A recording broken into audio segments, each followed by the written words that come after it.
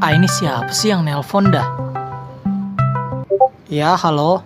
Halo, kami dari Bank Iya, ada apa? dan kami ingin menawarkan bonus sebesar 120 juta rupiah. Hah? Ini serius? Ya, sebelumnya Anda mengirimkan 1 juta untuk biaya admin. Oke, siap. Saya kirimkan sekarang.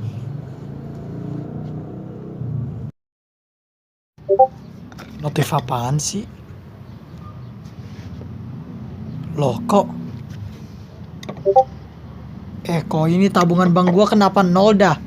Ini kenapa bisa gini dah? Aduh, kalian mau kayak orang tadi? Daripada kayak orang tadi, ikutin tipsnya biar nggak kena scam. Pertama, jangan mengangkat telepon dari orang yang tadi kenal. Kedua, pastikan web atau nomor atau bahkan situs yang kalian kunjungi itu adalah situs yang terbukti resmi. Terakhir, stay safe.